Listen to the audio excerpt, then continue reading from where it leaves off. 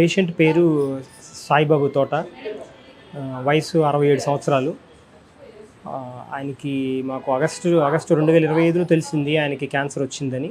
నాకు ఎందుకు బాలేదో అర్థం కావట్లేదు. నాకైతే నా వల్ల కావట్లేదు అసలు. నిజంగా నాకు తినబుద్ధి కావట్లేదు. ఏమి తినబుద్ధి కావట్లేదు. అసలు రుచించట్లేదు. అసలు ఏమీ లేదా అని అన్నాడు చాలా.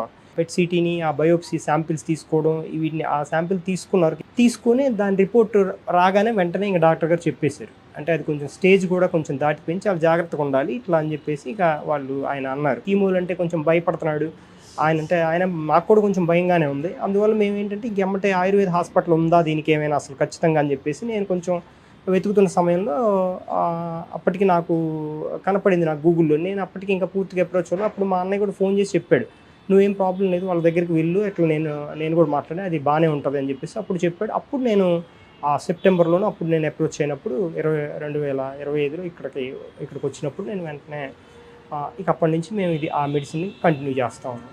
ఈ ట్యాబ్లెట్లు కూడా కొంచెం అసలు వేసుకోలేని పరిస్థితిలో ఉన్నాడు మొదట్లోనే.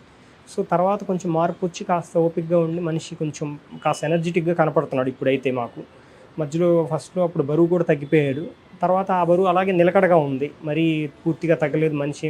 మేము బక్కపలిసి పడిపోతాడేమో అని కొంచెం అనుకున్నాం అలాగా, కానీ అలా అవ్వలేదు. అలా కొంచెం మనిషి పర్వాలేదు. ఇప్పుడు మాత్రం బాగున్నాడు.